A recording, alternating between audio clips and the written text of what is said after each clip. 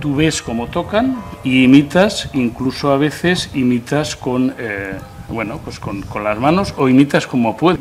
Todos sabemos que tocamos diferente, pero no sabemos cómo tocan los demás.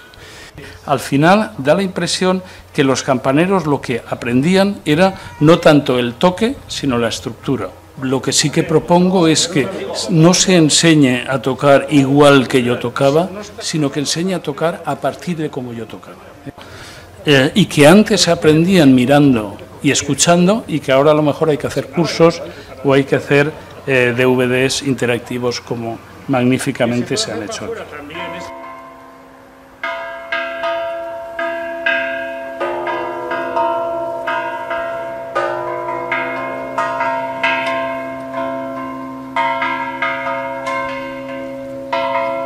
Campana muy interesante con letras góticas que en latín, por supuesto, dice mente santa en espontánea, honor a Dios y liberación a la patria. Ha muerto Juan el Tuerto, quien la canta el sacristán, tilín, talán. Me contaban el otro día en Farimud que hace unos 60 años en el caserío Gorrosari estaba la Checo Andre enferma y está como a media hora de camino. Cuando le avisaron al cura que tenía que bajar a darle la extremaunción, salió el cura precipitadamente y le dejó el encargo a un segura joven de que tocara las campanas, y este entendió mal, bueno, y tocó a muerto. Cuando llegó al caserío el sacerdote, la enferma le preguntó al sacerdote: ¿quién se ha muerto? A los pocos días ella.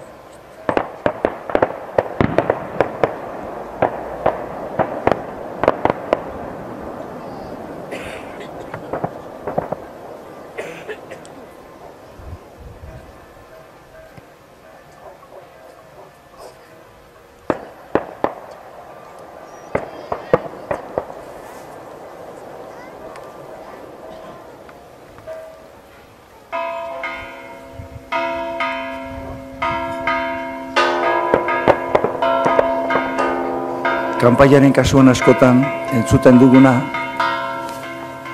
ez da izatez musikarako pensatutakoa, baizik eta abisuak pasatzeko.